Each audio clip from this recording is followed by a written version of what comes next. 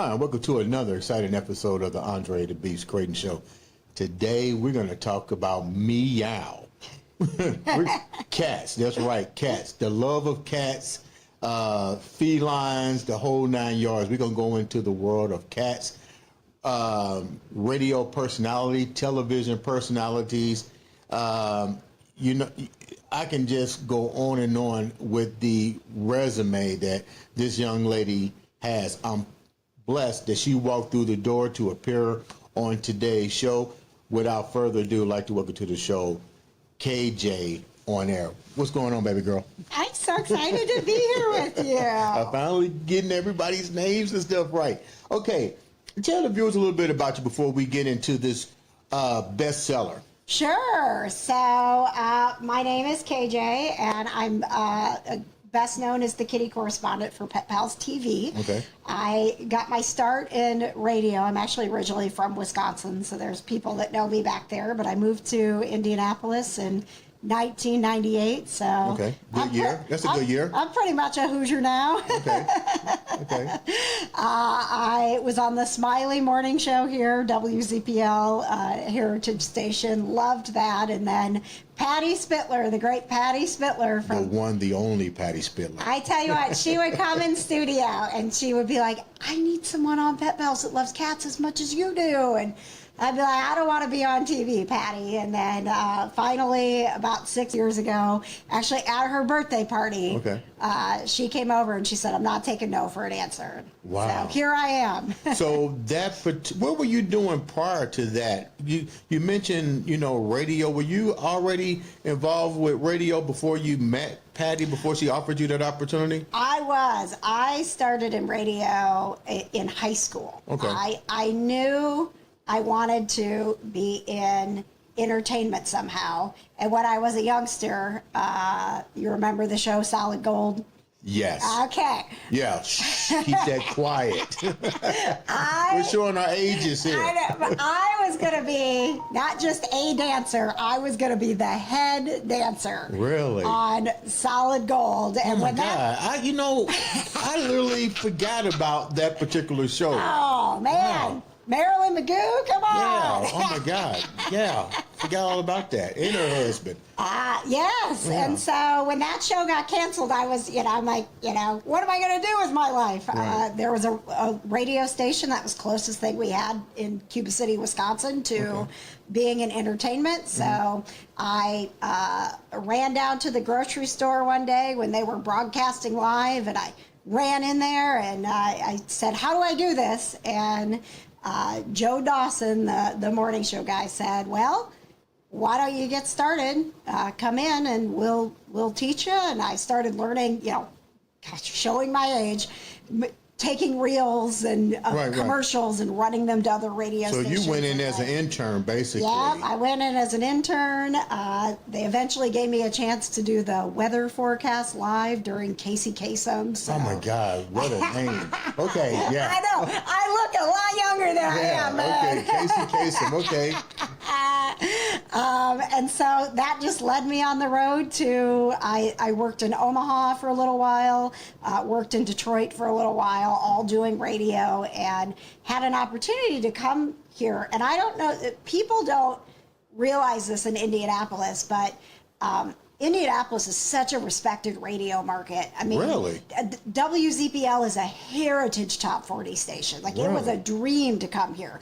Bob and Tom were already syndicated, right? So, like, it was like, this is a big deal in radio. And that kind of trips a lot of people out, because when I relocated to different states, Ohio, Florida, so forth, and Georgia, Bob and Tom was already being heard. Yeah. And I was like, wow, that's kind of odd, knowing that I lived here in Indianapolis. I'm like, how in the heck is Bob and Tom playing out here? Right. Well, and syndication wasn't really a thing. I mean, they were on the forefront of that, in the little Dubuque, Iowa, which is near where I grew up. Bob and Tom were on. So to be able to come here and be like, wow, I'm on WZPL. I'm in the same market Bob and Tom are. Let's go back a little bit. You mentioned the little small town of Wisconsin.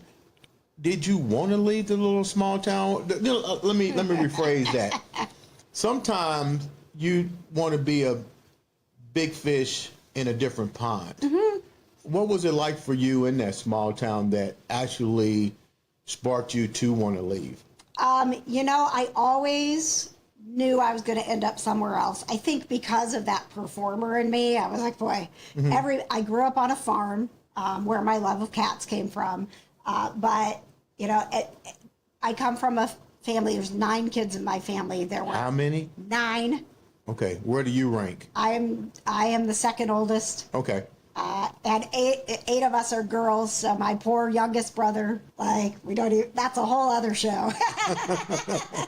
But, my dad was in the middle of 16 kids. Like you worked on the farm, you made lots of kids, that was life. And even though I appreciate that now. What was your job on the farm? What did you have to do? I fed the cats and the calves. So what was the purpose of having cats on the farm? I mean, I don't know anything about farm life. Yes. So, green acres. Sure. So I am happy to share with you. It's interesting because dogs were domesticated to work with us, right? They hunted alongside of, humans.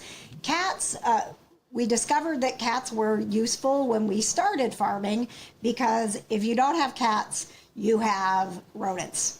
Right, so they was rodent control. So they had a very important job on the farm, still do, but they were independently doing their job. And at some point we decided, hey, these little fur balls can be kind of nice too, and we brought them inside. Okay. So my job was to make sure the cats all got the extra milk that we had, but mostly they ate the rodents, so they didn't. How many cats? How big was your farm? First of all. Oh, it was several acres. It wasn't. There are really big farms. Well, even an acre, a farmland is. It's a job to maintain. Oh yeah, and we had a back 40 they call it, which is all of the woods and stuff like that. So it was pretty big. How many cats did you actually need to make it to keep the mice away to do their jobs? On average, you probably would need 5 to 10 for a farm. I was getting ready to say 10. Per 10 per acre. This was back in the day, and there wasn't a lot of spay and neuter going on, so we could have 20 to 30 at any time on the farm, but they all survived. They all lived together. So that was it, man. I go out 4 o'clock in the morning. Your veterinarian bill had to be outrageous. Who literally took care of the hospitalization and the care of these animals? I mean, they still have to be taken care of. It's part of the farm. It's part of farm life. And you have, in farm life, you have vets that come to the farm. The most famous one, actually, I just interviewed him, the incredible Dr. Pole. He's in his... Yeah. You know that guy? Yeah. Okay. He's from Grand Rapids, I think, Michigan area.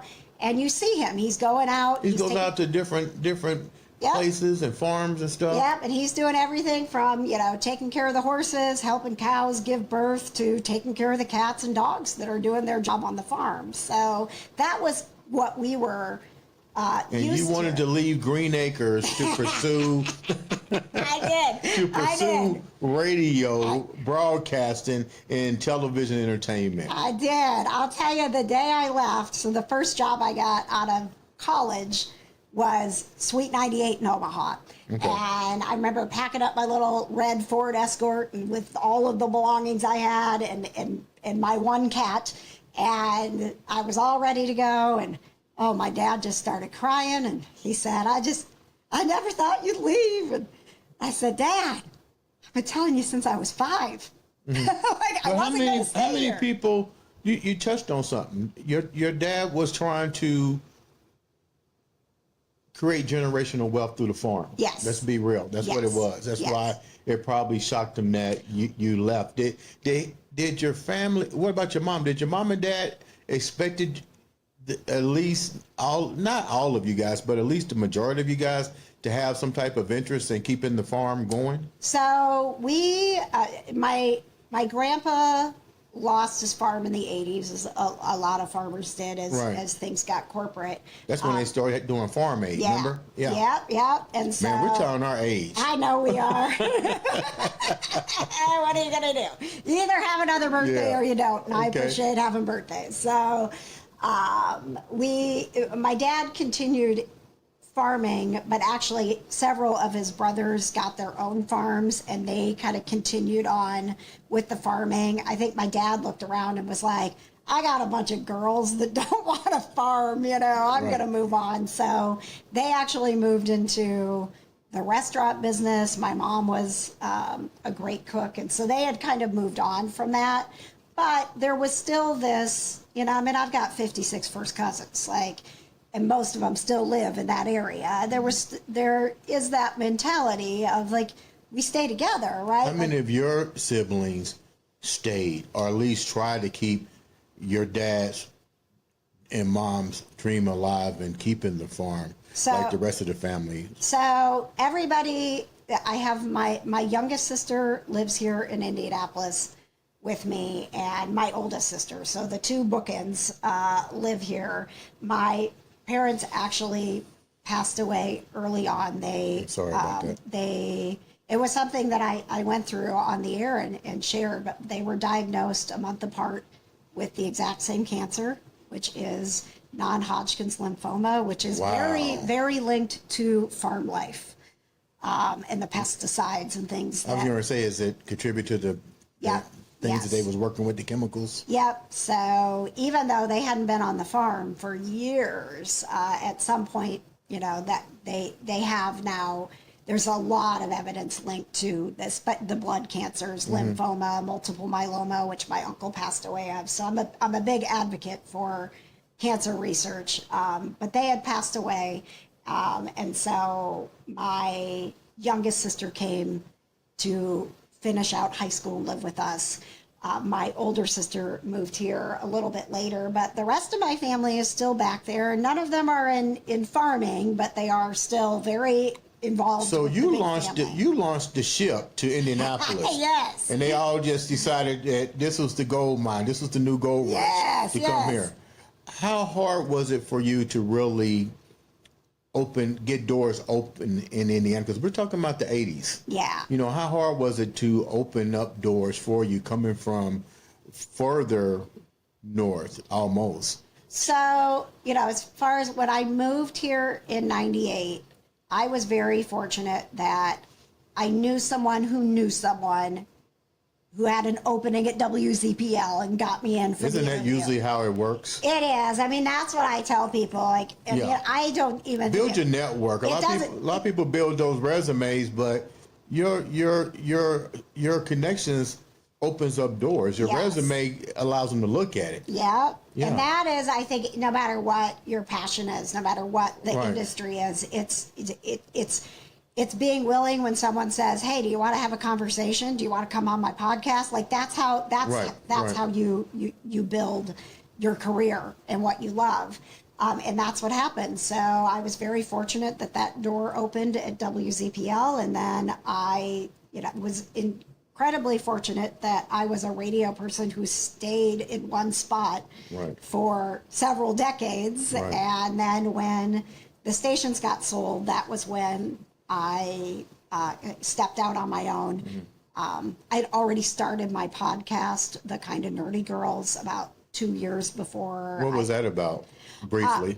You know what? It's still going strong, and it is a bunch of women, a panel of women, all different backgrounds in the entertainment industry, but we all discovered we loved nerdy things. So Star Wars, Harry Potter. Gaming, I'm coming on your show. You got to have Marvel. a thing for guys on that. My husband produces it, so he's our kind of nerdy dude. Yeah. We do have guys on the show, but the I'm coming on the Marvel part. I tell you, man, I'll talk Marvel all day with you. But that started, and so I took that. That was the one thing I took with me. It was mine, and I realized that podcasting was really taking off and on demand. What year was this? This was 2017. Okay. Yeah. And so I took that with me and just slowly built the KJ Media Company. And now we have our YouTube show, KJ Today, and we still do the Kind of Nerdy Girls. And I do a couple of live streams surrounding cats in conversation. That's where we get into talking about the pets. And then I'm on Pet Pals TV. So it's really, really wonderful to kind of be my own boss in an industry where you usually don't get to. How hard was it for you to switch from having your own? It's different when you're living, when the paycheck is guaranteed. Yeah. It's another thing when you're trying to still do your dream, but you now have to take that money and kind of like flip it into yourself. How long did it take you, and what was that like for you to do that? And what were some of the things that made you afraid to do that, to take your money and gamble on something that clearly was an experimental stage? Sure. So I had the opportunity. One of the things that I was really, really passionate about when I was on WZPL was the request-a-thon for Make-A-Wish that we did every year. Okay. And so they actually, when they found out I had left radio, contacted me and said that they were looking to hire someone to run the request-a-thon from the Make-A-Wish side. So it worked out very nice that I had this opportunity to continue something I built and was passionate about. Right.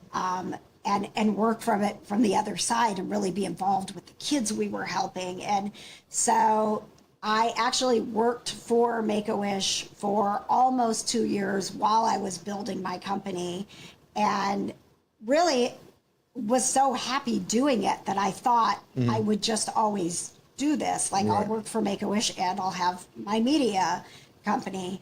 And then when the pandemic hit, you know, my job was to connect people with the kids and help grant the wishes, and we couldn't do any of that. Right. You know, you couldn't. Nobody could be together, let alone be around a Make-A-Wish kid. Right.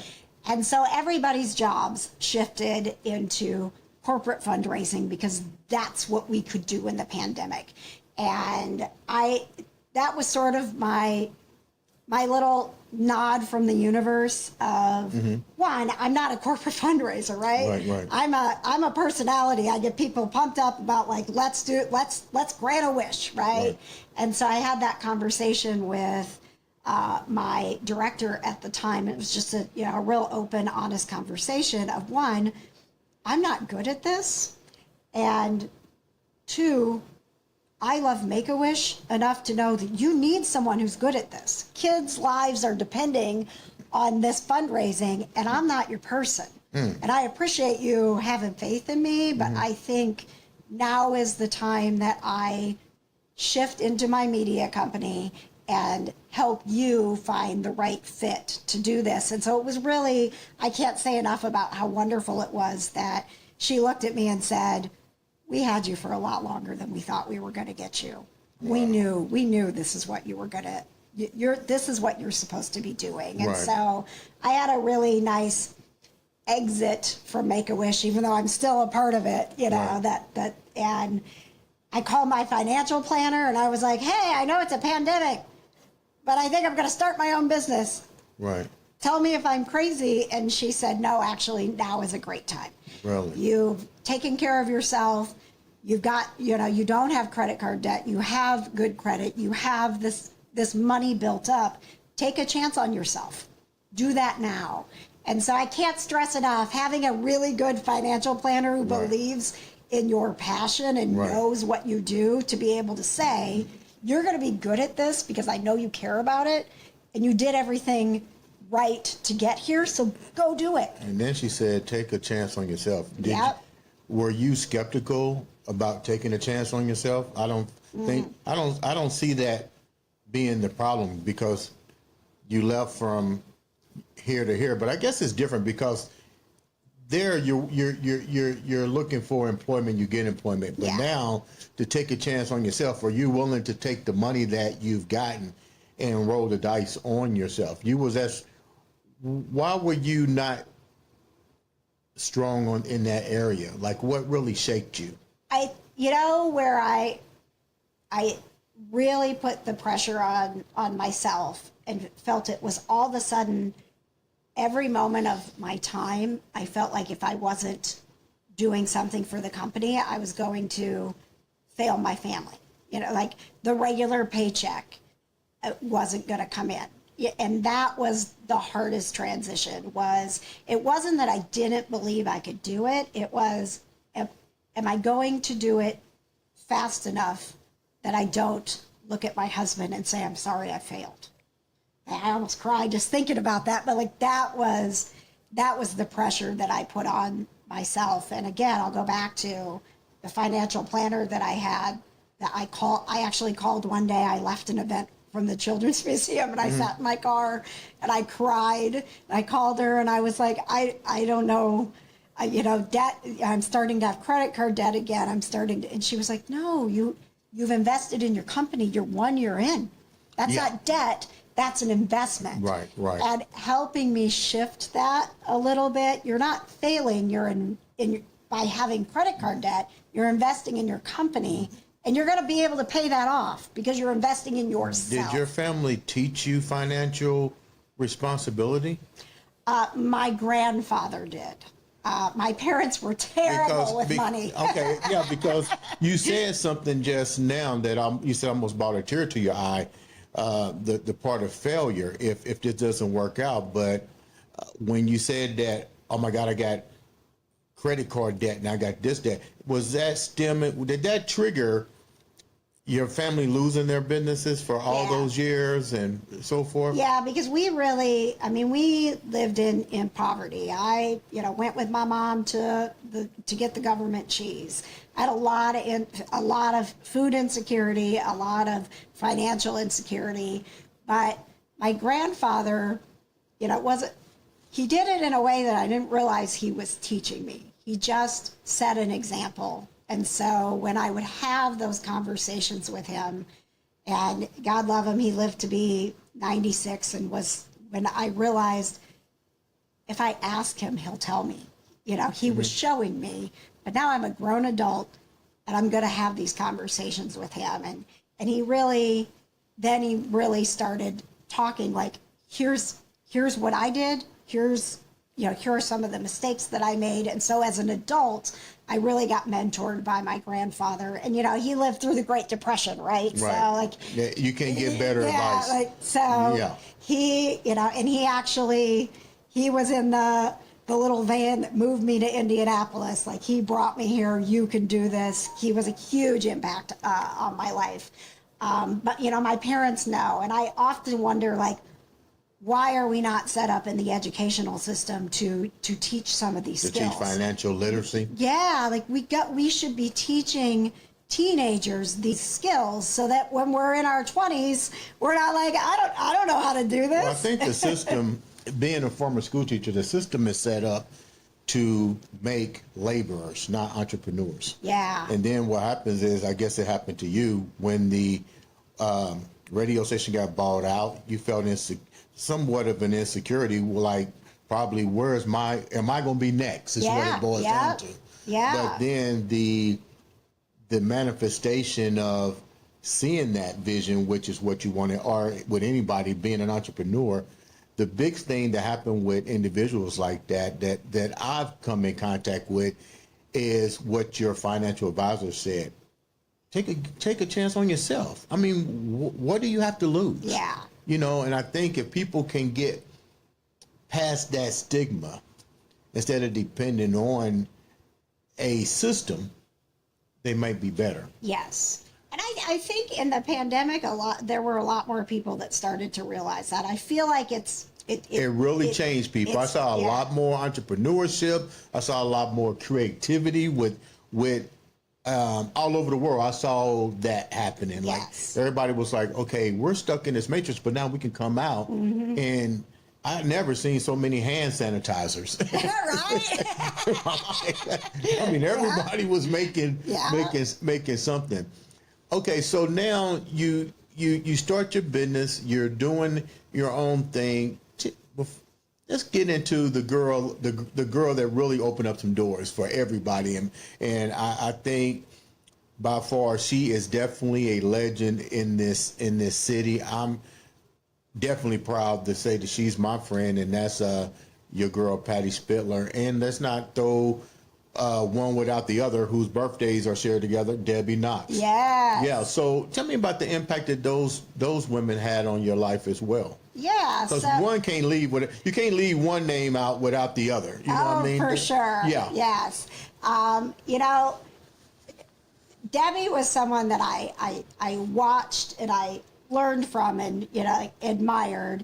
She and I, we knew each other, you know how media is, but not that we didn't connect, but we just didn't have. Patty was coming in studio because I was doing a segment called KJ Strays where I could adopt cats out, and so Patty was coming in studio more. So she was the one that I had more of a relationship with.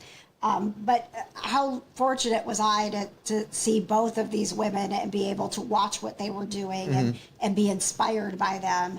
And, you know, Patty, when we finally agreed at her birthday party at the Skyline Club, that, you know, she was like, I really need you on the show. Well, it turned out she did not know this yet. I had been fired 2 days before. Cumulus had bought the radio stations. I remember that. And they gave me and several other of the like bigger personalities got our walking papers, and it's fine. It's radio, right? It's nothing personal. But she was like, I'm not going to take no for an answer. And I was like, well, guess what? I need a job. And so it worked out. But I was scared to death because I didn't know how to do TV. And I had to remind her sometimes. She would say, I need you to do a rap. And I'm like, what's a rap? I don't know what that means, you know? So she really, started me from scratch and was patient with me and taught me different things like where the mic should be. She'd be like, why are you doing this? Why are you doing it? And I'm like, I don't know. Right. But in a very loving way. You know, that I think that's the wonderful thing about Patty is that she's not going to mince any words, but she cares so much. And you can see the passion with her, not only on the TV show, but I remember she wanted to do a project with me, and like you said, I'm used to being interviewed, not doing a show. Yeah. You know what I mean? Yeah. And I remember when we was doing the teaser for the Andre The Beast Crayton show, she was very patient with me.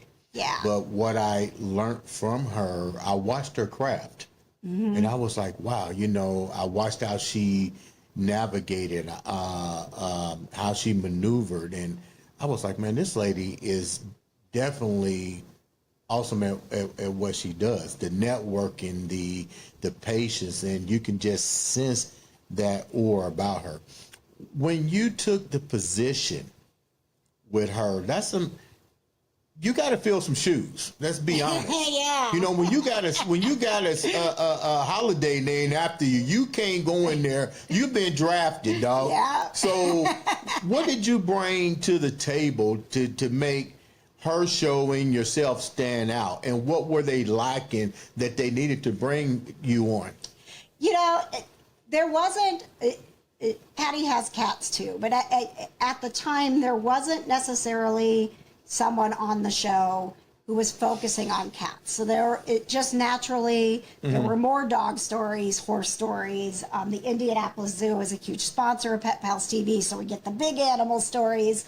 But she was, and a testament to her. She was looking for the right person to bring the cat stories. She didn't want to just assign someone, we need more cat stories, you go do more cat stories. Years and years, and she was like, you need to be my cat person because you care. You know so much about cats. You care so much about cats. You're my cat person. And notice what you said, that she said, you care. She saw her in you more, sort of speak. Yes, and she said that before, and it's like such an honor for her to even like just say I'm anything like her, you know. So for me, I was like, I need to learn how she does this. I need to step up my game. I need to be as good as Patty Spittler in telling these cat stories, because I'm going to be next to her. It's going to be Patty with a story, and me, I gotta. What was your first one? What was your first time like with her when you got to take over the mic next to her and talk about the cats? Were you shaking, sweating? I was, and thankfully, I have a cat named Grayson who is on the cover of my book.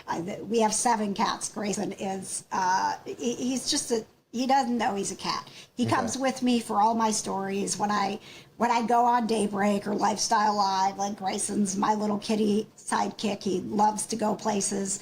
He was the only cat at the Mutt Strut at the Indianapolis Motor Speedway. 4,000 dogs and a cat. And a cat. So I did have him with me to kind of like almost be my emotional support. Like, it's okay if I get nervous, they're just going to put the camera on the cat. It's fine. But you know, it was, Patty made me feel comfortable. Okay. And that allowed me to grow in my confidence. And that was really, I don't think I'd be doing what I was doing if I hadn't had Patty saying, come along, you've got this. The book, Yeah. Raised by Cats. I believe it after hearing this story. You was definitely raised by cats.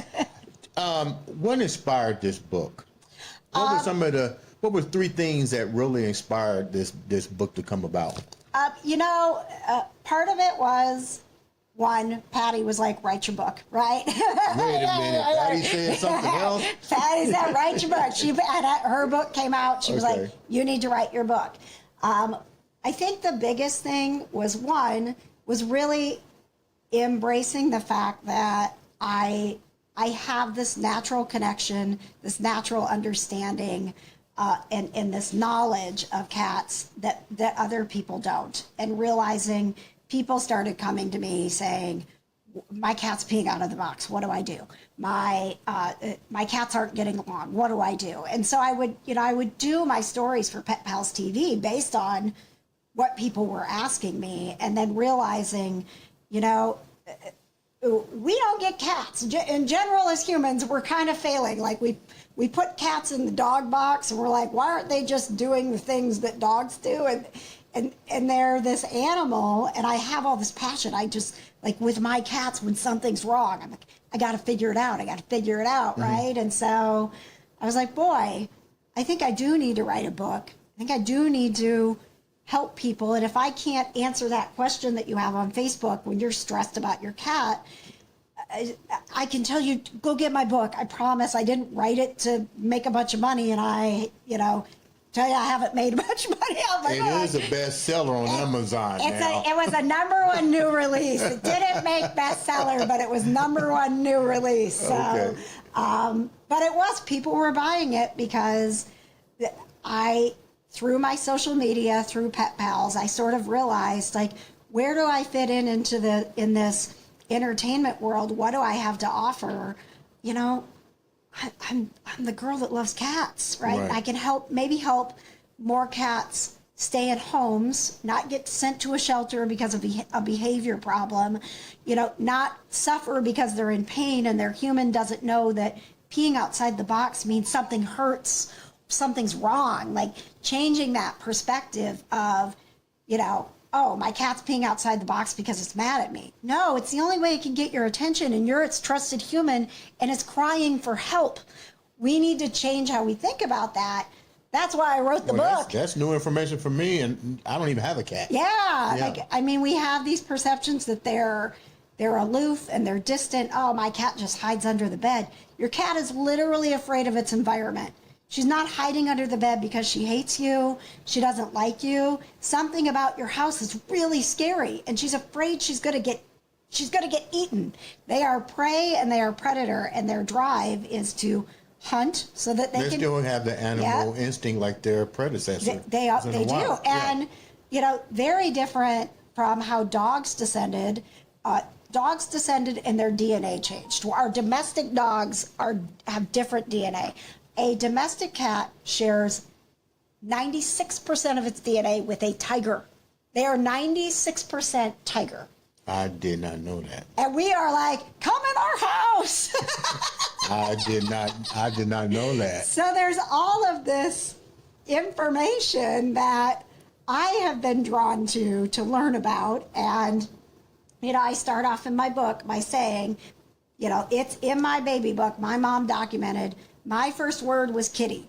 It was not mom. It was not dada.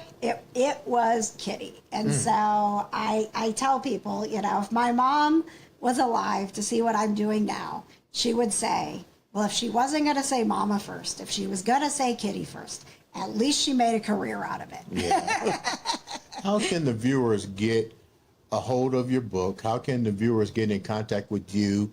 How can they watch your podcast? Give the viewers a little bit more information, contact information about you. So easiest way to find me is my website, which is just kjontheair.com. I also have raisedbycats.com. If you're interested in the book, I try to keep it affordable on my own website, and you can get a personalized copy. And if you have a cat lover and you're looking for a gift, you can get it and I'll write them a nice note. But it's also, it's on Amazon, it's on Barnes & Noble, it's on Books A Million, all the places online. But I do, in my social media accounts, I try very hard to entertain and educate. So I've got these 7 cats at home, and I'm always like, okay, here's what's going on. It's cute, it's funny, but also here's why I'm doing this. Right. So there's a purpose behind this. Yeah. So if you just go to kjontheair.com, that will get you to my social media accounts, my YouTube channel, which is KJ Today. Okay. Which is, I realized I was doing Pet Pals TV, and for a while I was doing a Paranormal Crossroad. I was on a TV show. And so KJ Today kind of takes all of what I do, my celebrity interviews, my cats, my Pet Pals TV, and it puts it all in one place. And I say our channel is the positive vibes of pop culture, people to know, and pets. So it's just a place that you can go, and whatever I'm talking about, it's going to be positive. It's going to make you feel good. That's my goal in the world, is to let's make people feel good, and maybe you'll learn a bit about cats along the way. You already know your purpose. That is crazy. Before we wrap up, leave the viewers with something that definitely keeps you in that beast frame of mind, because definitely to come from little small farm town in Wisconsin to basically a little house on the prairie story, your family bringing your whole family here to Indianapolis. You met some great people. Let me ask you before we wrap up, is there one person I got to ask, did you meet? Because you mentioned WZPL. Did you meet Joni Michaels when you got to WZPL? I love Joni Michaels. Yes. We still talk, and she's a huge animal lover too. Really? So, but she came we did this crazy promotion that it's still an annual thing called the pumpkin drop. And I don't know, we were just discussing one day, what's the biggest pumpkin and what would it be like we got in trouble. We would do this bit where it was called Throw Things Off the Roof Thursday, until our boss found out that we were actually going up on the roof to hear what it would sound like when it hit the ground. And so I was like, man, what would a pumpkin sound like? Joni Michaels came to the very first pumpkin drop, and we had so much fun, but I could tell she was like, is this safe? And I'm like, I don't know. So yes, Joni Michaels is amazing. I love her. Leave the viewers with something that keeps you in that beast frame of mind. I think you have to look at your shining moment. So you have to go back and remember that you're strong. Mm-hmm. And when I think about that day that I was leaving Cuba City, Wisconsin, and I was going to Omaha, and I was going to really have the radio career, and my parents are crying, and it's I've said since I was 5 I was going to do this, but I had to get in the car and go. And at the time, I didn't realize how important that was. So what helps me is, and I think can help you, is to think about that moment where you were brave, where you did, and you have it. You might have to go back and think about it. Sometimes it's when we're younger, we don't know any different. I wasn't I'm being brave, I'm carving my path, I'm gonna be different. I just had the nudge at that time, I'm gonna go be in radio. This is gonna be cool. So you had that before you got beaten down, before life smacked you around, you had a moment where you just knew who you were supposed to be and it felt good. And even if it was when you were 5, like think about that moment where it felt good and you were just doing it and be like, you know what? I gotta just do it, because who knows where it's going? If you don't take that step, it never goes anywhere.